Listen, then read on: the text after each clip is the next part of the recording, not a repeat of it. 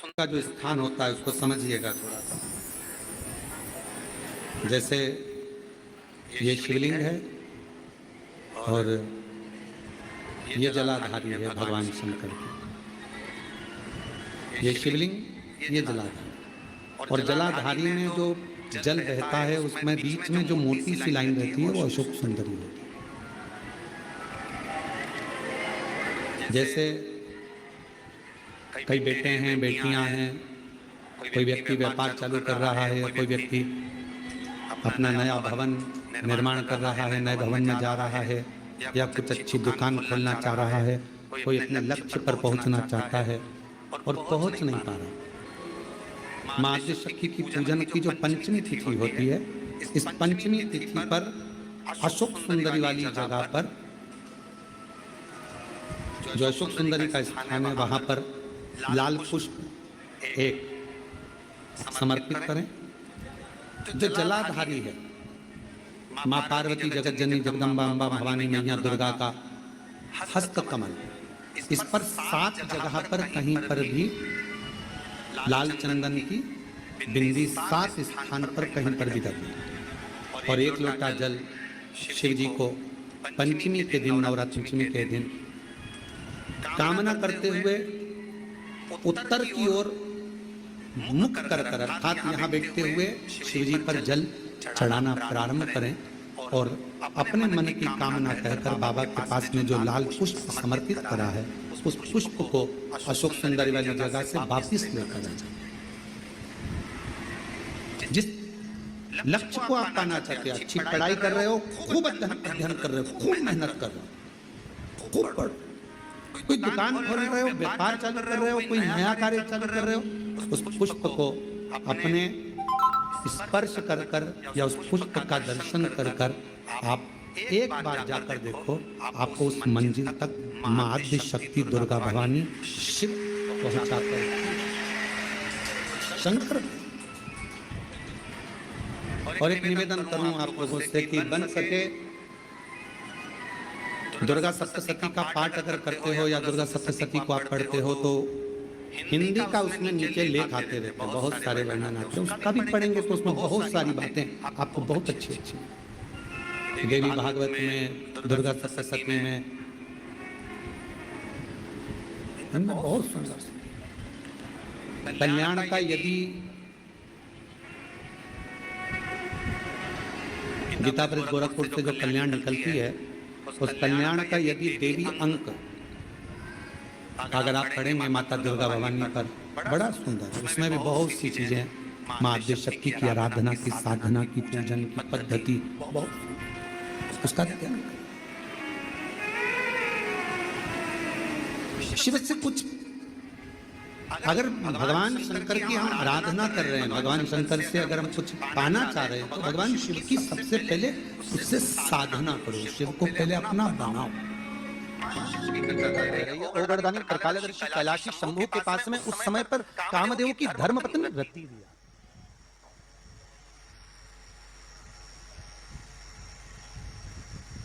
जिसके नयनों में जल भरा हुआ।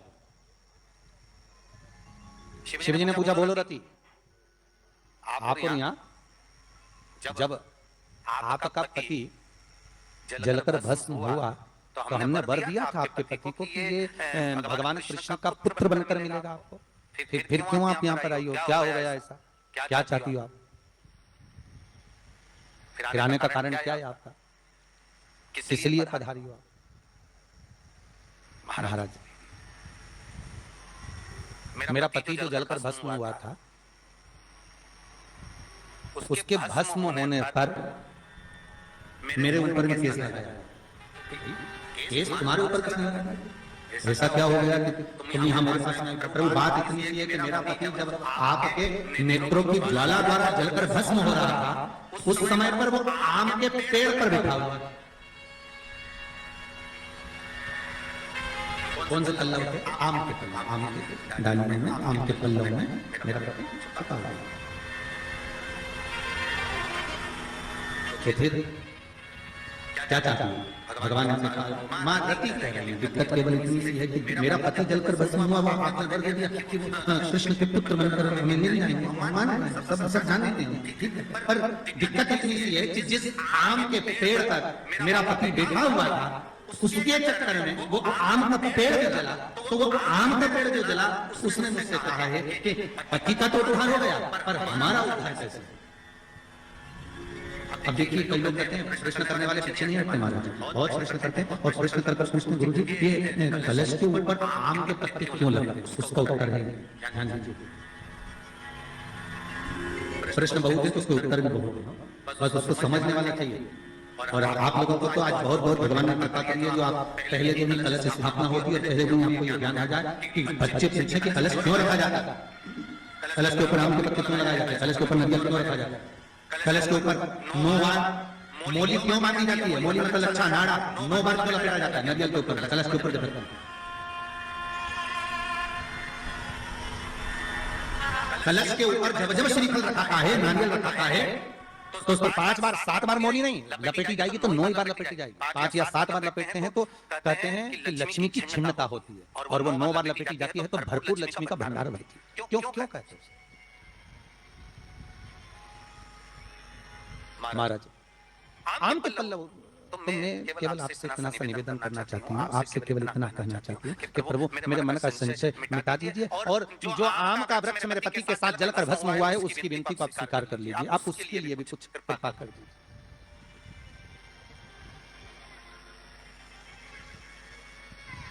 इसी को कृपा कहते हैं, इसी को करुणा कहते हैं, इसी को दया कहते हैं। भगवान बोले, अब आप आई हो रति, ठीक है, मांगो क्या चाहिए, बस इतनी कृपा कर दीजिए कि आम के वृक्ष का भी उद्धार कर दो। शिव जी ने कहा, हम वर प्रदान करते हैं रति, जहां शिव और शक्ति है, जहां 33 कौटी देवता इस कलश के अंदर विराजमान होंगे, उस जगह पर स्वयं कंठ पर जहां पर मेरा निवास होगा, उस जगह पर ये आम के पल्लव अमृत के तुल्य माने जाएंगे, और इनका निवास हमारे ही हाथ में, हमारे ही हस्त कमल में विराजमान होगा, हमारे ही हाथ में। कितना सुंदर है महाराज जी। उस आम के पल्लव की महत्वता को जरा जानिएगा, बहुत बहुत ध्यान दीजिएगा। आम के पत्ते देखें आप लोगों ने, अरे बोलो जम के तो बोलो, देखें उसका प्रयोग कभी आप लोगों ने करा?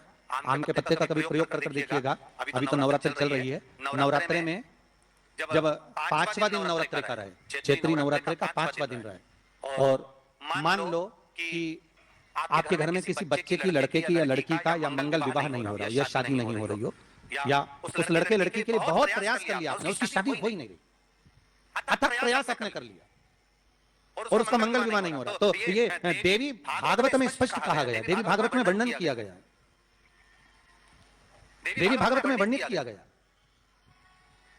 और देवी भागवत में कहा गया कि आम का जो पत्ते होते हैं, आम का जो पत्ता होता है, आम का जो पल्लव होता है, उस आम के पत्ते पर हल्दी और सिंदूर,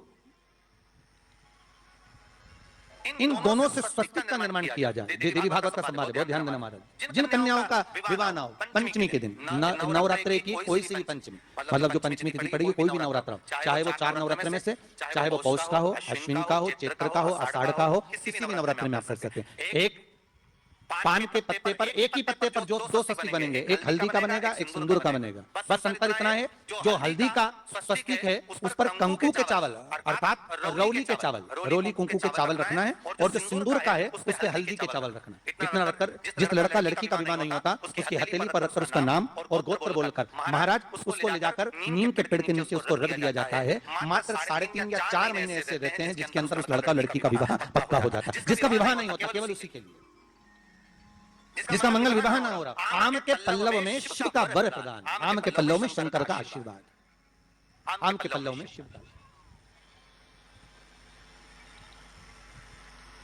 भगवान भूत भावन भूतेश्वर मेरे शिव, मेरे करुणा सागर मेरे शंकर, मेरे त्रिकालदर्शी, मेरे कैलाशी, मेरे भोलेनाथ स्वतः कह रहे हैं, अरे रति तुम रोती क्यों है, तुम्हारे रोने का कारण क्या है? प्रभु मेरे पति के साथ ये आम का पेड़ भी जलकर भस्म हुआ, आम का पेड़। भागवत जी किस किसने सुनी है? हाथ उठाओ जरा, जिन जिन ने भागवत जी सुनी है। आप लोगों ने सुनी है भागवत? रखिए याद। अगर आप लोगों ने भागवत सुनी होगी तो उसमें वर्णन आता है तक्षक नाग डसने के लिए जब जा रहा था तब ब्राह्मण देवता जो जहर उतारना जानते थे उनको लेकर राजा परीक्षित के पुत्रों ने अपने दूतों को भेजा था लाने के लिए कि एक ब्राह्मण ऐसे हैं कि वो तक्षक नाग का जहर उतार सकते हैं, वो तक्षक नाग के जहर को समाप्त कर सकते हैं, तो आप उनको लेकर आओ।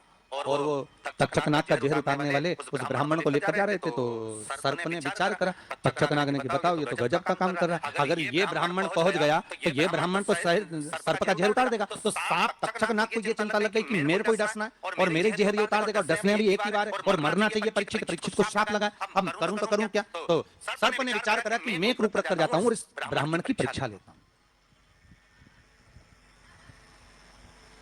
सर्प रूप रख कर गया।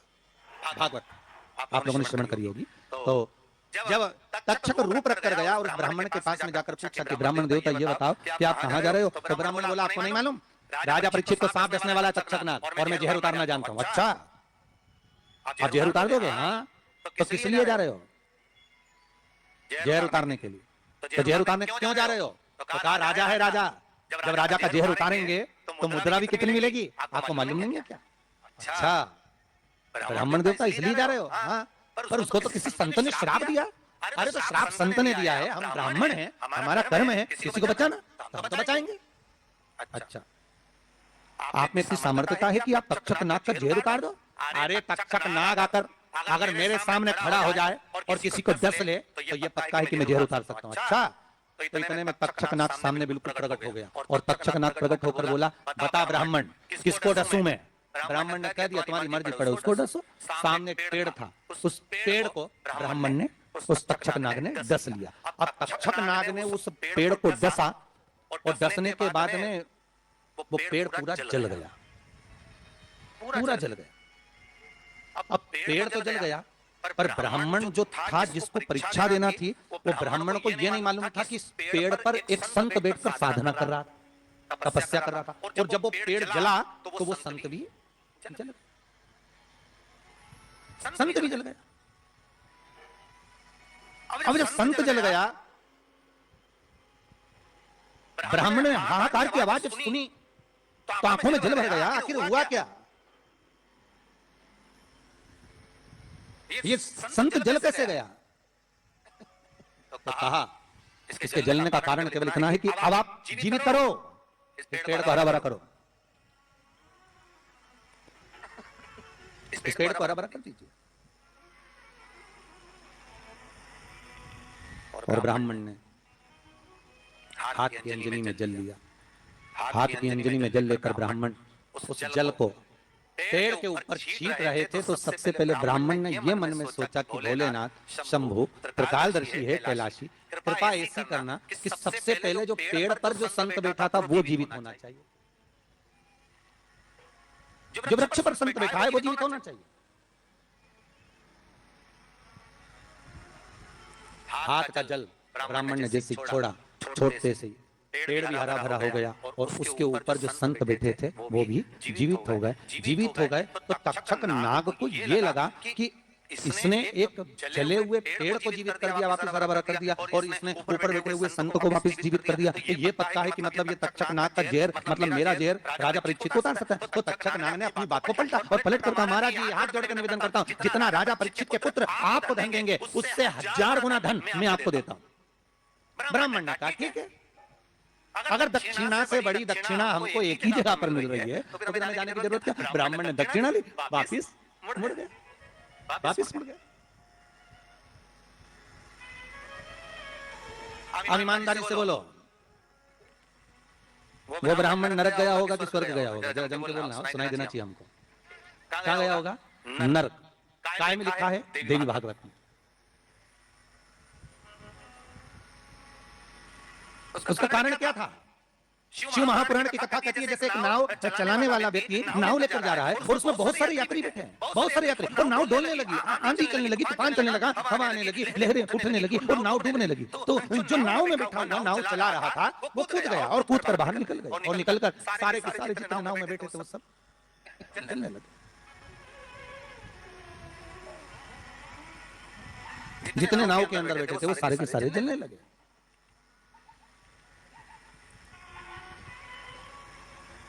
जब वो सारे के सारे पानी में डूबने लगे और पानी में नाव में जाकर सबकी सब जब डूब रहे हैं, सब मर गए, सारे के सारे जो नाव में बैठे थे, जो तैरना जानते थे बाहर निकल गए, बाकी सब डूब गए। नाव चलाने वाला जब उसके प्राण छूटे तो उसको एक नरक नहीं मिला, कम से कम 94 नरकों में वो नाव चलाने वाला गिरा। शिव महापुराण की कथा कहती। तो उस नाव चलाने वाले ने भगवान से पूछा कि मुझे इतने सारे नरक क्यों दे रहे हो? मैंने तो लोगों को गंगा से पार उतारा, मैंने तो रोज गंगा का जल पिया, मैंने तो रोज गंगा का स्मरण किया, मैं तो रोज भगवान का दर्शन करता था, मैं रोज गंगा से पार उतरता था, दुनिया के लोगों को मैं पार उतारने का काम करता था। तो भगवान ने कहा गलती केवल तुमने एक कर दी, तुमने अपने प्राण बचाए। अगर तुम 2 लोगों के भी प्राण बचाते बचाते मर जाते तो तुमको वैकुंठ मिल जाता, पर खुद के प्राण बचाए और दूसरों को मरने दिया, इसलिए तुमको नरक मिला, इसलिए तुम्हें नरक प्राप्त हुआ। शिव महापुराण की कथा कहती है जिस पर दुनिया को विश्वास होता है, दुनिया को जिस पर विश्वास है, जिससे औषधि देने वाले, दवाई देने वाले उन डॉक्टरों पर दुनिया का विश्वास टिका हुआ है। तो डॉक्टर का क्या फर्ज है? जैसे नाव चलाने वाले का फर्ज है कि बचाते बचाते भगवान करे भले तुम्हारे प्राण छूट जाते तो तुम्हें स्वर्ग मिल जाता। युद्ध के मैदान में सैनिक युद्ध करते करते मर जाता तो उसको वीरगति प्राप्त हो जाती, पर खुद के प्राण बचाने के चक्कर में आप दुनिया को धकेल दे, इसकी श्रेष्ठता नहीं।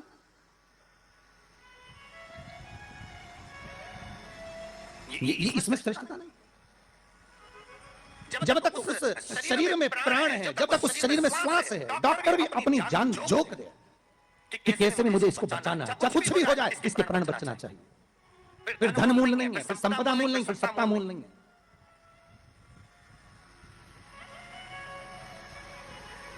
वो नाव चलाने वाले को 94 नरक भोगना पड़े। जिस ब्राह्मण ने दक्षिणा ज्यादा लेकर राजा परीक्षित को नहीं बचाया चले गए। जब भगवान ने विद्या दी है, भगवान ने ज्ञान दिया है, भगवान ने विवेक दिया है और तुमको उस लायक बनाया है कि आप 4 लोगों को पढ़ा सकते हो, आप 4 लोगों को आगे बढ़ा सकते हो, आप इसका सम्मान कर सकते हो, आप इसको अग्रण्यता प्रदान कर सकते हो, आप इसको विवेकता दे सकते हो, और आप उस विवेकता को ना देते हुए अगर आप अपने उस वैभव को छुपा रहे हो और उससे वंचित कर रहे हो दुनिया को, तो फिर भगवान छोड़ने वाला नहीं है, नरक भोगना।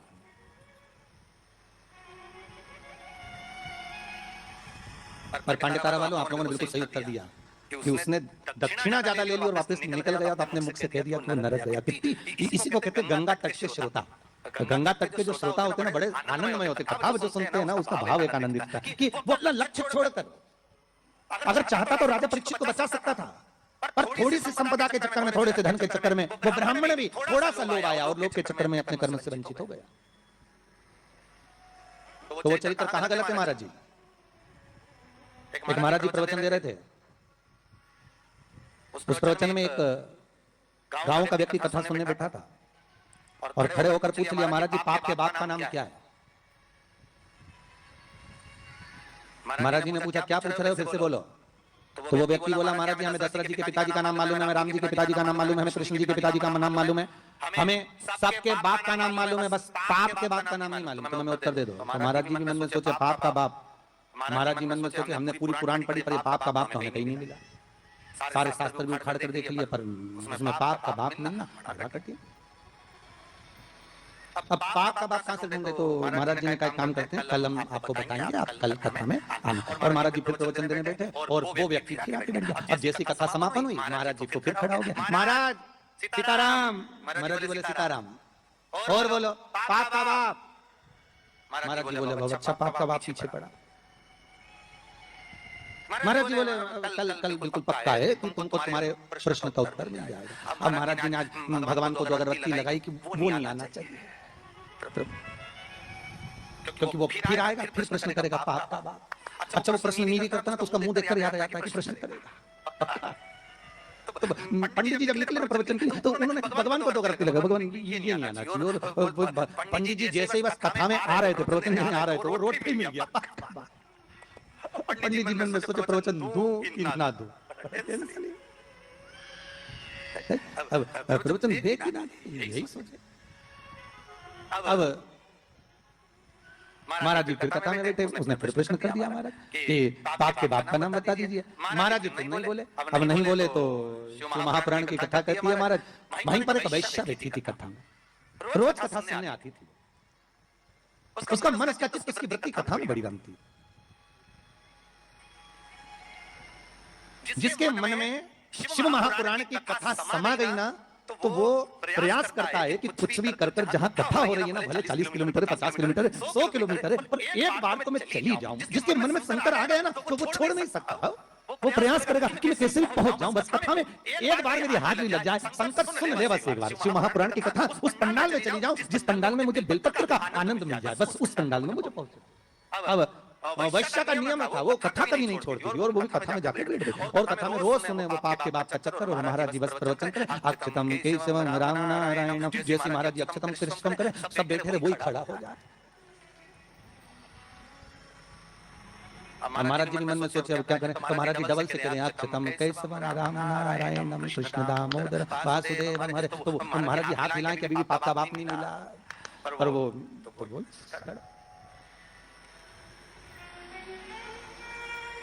आज वैश्या ने कह दिया, गुरुदेव आपसे निवेदन है मेरा, बोलिए। मैं वैश्या हूं, छुपाया नहीं। संत, सदगुरु, भगवान, माता पिता, इनसे कभी नहीं छुपाना अपने को। छुपा कर जाएंगे भी का? अगर माता पिता से कुछ छुपा लेंगे, संतों से, सदगुरु से अगर छुपा लेंगे, तो जाएंगे कहां भगवान से छुपा कर?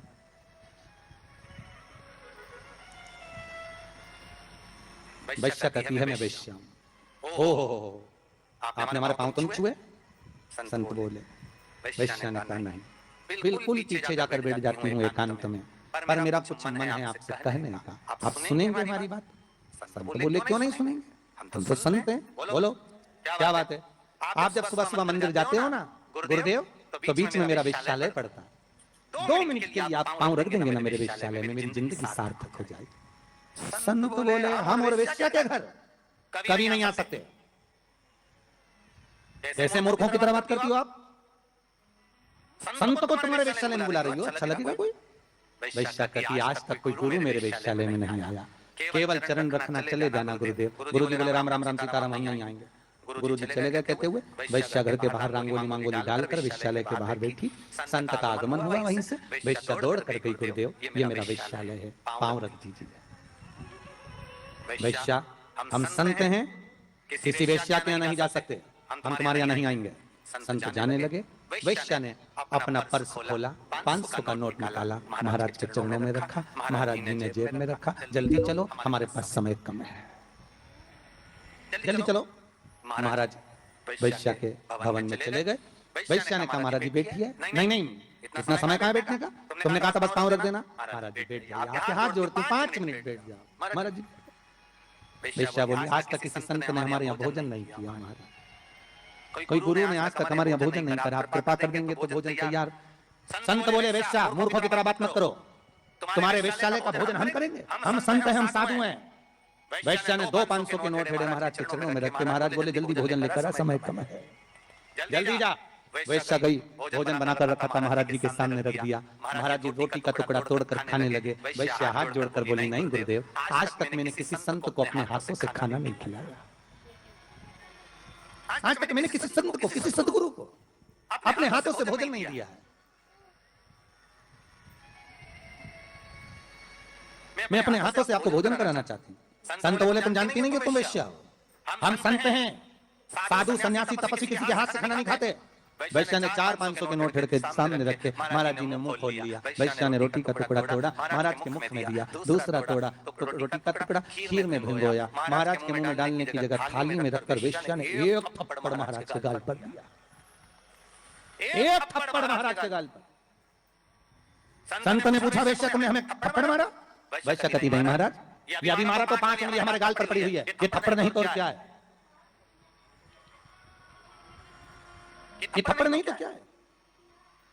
तुमने हमारे गाल पर थप्पड़ मारा? वैश्य कहते नहीं मारा, थप्पड़ नहीं मारा है। वैश्य कह रही है महाराज, रोज गांव का व्यक्ति आपसे प्रश्न करता था कि पाप के बाप का नाम बताओ। मैं उत्तर दे रही हूं कि पाप के बाप का नाम लोभ है, केवल लोभ। लोभ के चक्कर में मैं जैसा जैसा बोलती, आपके नोट की मात्रा बढ़ती जाती और आप वैसा वैसा करते चले जाते। ये पाप का बात है। संत की आंख में जल भर गए, वैश्य ने जो ज्ञान दिया वो ज्ञान साधारण नहीं था, वो साधारण ज्ञान नहीं। संत ने वैश्या के चरण पकड़ लिए। कोई गुरु नहीं मिला था मुझे, आज मिल गया, आज मिल गया।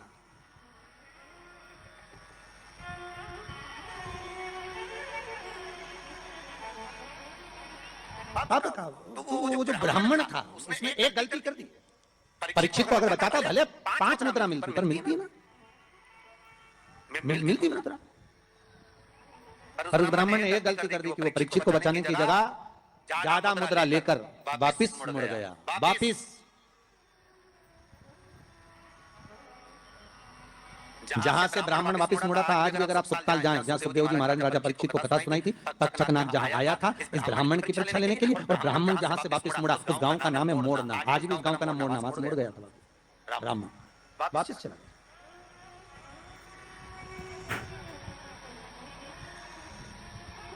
जरा सा लोग बस बाम भरमा दिया। शिव महापुराण की कथा कहती है, आम के पल्लव में जो छिपा था कामदेव, जब भस्म हुए वो आम के पल्लव ने मां रति से प्रार्थना करी और रति ने उस आम के पल्लव का उद्धार कर दिया। संसार सागर में अगर हमारा जन्म हुआ है, मनुष्य की अगर देह मिली है, मानव का जी शरीर मिला है, मानव की अगर योनि मिली है, 84 लाख योनियों में सर्वश्रेष्ठ है मानव का शरीर, जिसको पाने के लिए देवता भी तरसते हैं। हाथ जोड़कर देवता भी भगवान से कहते हैं हमें मनुष्य बनना, हमें मानव बनना। देवताओं को भी ये योनि नहीं प्राप्त होती, क्यों? क्योंकि वैकुंठ का भोग केवल भोग है, केवल भोग। अगर मरने के बाद वैकुंठ चले भी जाओगे तो वहां चांदी की थाली में, सोने की थाली में भोजन मिलेगा, डनलप का गद्दा मिलेगा, एसी का रूम मिलेगा, बढ़िया खाने के लिए सब कुछ मिलेगा, आराम से फ्रिज कूलर वॉशिंग मशीन सब मिलेगा। एसी में आप आराम से सो, डनलप के गद्दे पर सो। और वैकुंठ में केवल भोग भोगने की वस्तुएं मिलेंगी। और वैकुंठ में भगवान का भजन मिलेगा क्या? जम के बोलिए, नहीं मिलेगा। वैकुंठ में गंगा का स्नान मिलेगा क्या? नहीं मिलेगा। वैकुंठ में शिव महापुराण की कथा मिलेगी क्या? नहीं मिलेगी। वैकुंठ में दान करने का मौका मिलेगा क्या? नहीं मिलेगा। वैकुंठ में भजन करने का मौका मिलेगा? नहीं मिलेगा। वैकुंठ में ना तो भजन मिलेगा, ना कीर्तन मिलेगा, ना नाम जाप मिलेगा, ना गंगा का स्नान मिलेगा। वैकुंठ में ना तीर्थ मिलेगा। वैकुंठ में अगर मिलेगा तो एक एसी का रूम मिलेगा, डनलप का गद्दा मिलेगा, सोने की थाली में भोजन मिलेगा, 2-4 दासियां तुम्हारा पंखा झेलेगी, पांव दबाने वाले मिलेंगे, इससे ज्यादा कुछ नहीं मिलेगा। वैकुंठ में लोग कहते हैं भगवान विष्णु मिलेंगे क्या? तो भगवान विष्णु से किसी ने पूछा तुम वैकुंठ में रहते हो? भगवान विष्णु कहने लगे मुझे तो फुर्सत ही नहीं, जहां कथा होती मैं तो वहां चले जाता। जब वैकुंठ अधिपति कथा सुनने के लिए पितरों के धाम में जाते हैं, कथा सुनने के लिए पांडतारा आ जाते हैं, कथा सुनने के लिए गंगा के घाट चले जाते हैं, तो भगवान कह रहे हैं वैकुंठ में फिर मनुष्य क्यों चाहता है वैकुंठ जाने के लिए? लक्ष्मी जी से पूछा तुम रहती हो क्या वैकुंठ में? लक्ष्मी जी बोली मैं जा नारायण माँ में, मैं क्या करूं वैकुंठ में? तो फिर वैकुंठ में क्या है? तो लक्ष्मी जी बोली 3 स्टार होटल, 5 स्टार होटल, आराम से रहो, खाओ पियो मौज करो, और जब तुम्हारा पुण्य खत्म हो जाए, जैसे ही पुण्य खत्म वैसे धक्का मार के जैसे जब तक जेब में पैसा है तो होटल के अच्छे से अच्छे रूम में खूब, कुंभ के मेले में होटल बुक करो, खूब इलाहाबाद में प्रयागराज में खूब प्रेम से रहो। और जब जेब में पैसा खत्म तो होटल वाला भी कहेगा निकलो बाहर निकलो। तो होटल वाले से हमने 1 महीने का पैसा दिया था, 2 दिन तो ज्यादा रहने दे, 2 दिन क्या 24 घंटा ज्यादा नहीं देने देगा। पैसा खत्म तो निकल कर बाहर जाओ, पैसा हो जमा करो फिर रूम में रहो। उसी तरह वैकुंठ में जितना पुण्य है उसके बल पे ले लो, जैसे ही पुण्य समाप्त चलो पांडतारा वापिस पहुंच जाओ प्रतापगढ़।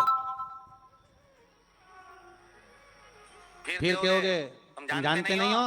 हमने सियोर वाला महाराज के मुंह से शिव महापुराण की कथा सुनी तो बहुत बड़ा पुण्य कमाया। तो भगवान विष्णु बोले पुण्य तो कमाया पर खत्म भी तो हो गया, वापिस जा नीचे बेटी चार्ज कर किया, वापिस जा फिर कथा सुन। बड़ी मुश्किल से मिलता है, ये मनुष्य का मिलेगा। वैकुंठ चाहोगे तो मिल जाएगा, पर भोग करने के लिए मिलेगा। उसमें केवल आप भगवत भजन नहीं कर सकते, आप उसमें दान नहीं कर सकते। वैकुंठ में कोई तुम्हारे सामने हाथ फैलाकर भिक्षा मांगने नहीं आएगा। कोई वैकुंठ में तुमसे ये नहीं कहेगा कि तुम गौ माता के लिए दान दो, या तुमसे ये नहीं कहेगा कि वृद्धाश्रम के लिए दान दो, या तुमसे कोई ये नहीं कहेगा कि मंदिर निर्माण के लिए दान दो। वैकुंठ में तो तुम केवल भोग भोगोगे, और उसके बल पर भोगोगे जो तुमने दान करा, जो पुण्य करा, जो सत्कर्म करा। केवल एक मनुष्य की देह मिली है जिसमें हम दान भी करते हैं, हम भजन भी करते हैं, हम पुण्य भी करते हैं, हम सत्कर्म भी करते हैं, हम नाम जाप भी करते हैं। ये केवल एक मनुष्य की देह, केवल एक मानव का शरीर।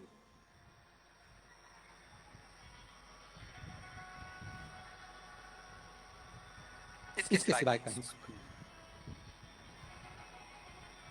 84 लाख योनियों में श्रेष्ठ योनि मानव फिर उसको हम गंवा दें महाराज। तो वो बेटा आम के पल्लव के लिए रति आकर कहती है संसार वासियों से हमारा यही निवेदन है कि आप किसी के लिए कुछ नहीं कर सकते तो कम से कम फोन लगाकर इतना तो कह सकते हो कथा आ रही है, टीवी चैनल पर चल रही है, 4 बजे से 7 बजे तक चल रही है, जरूर सुनना।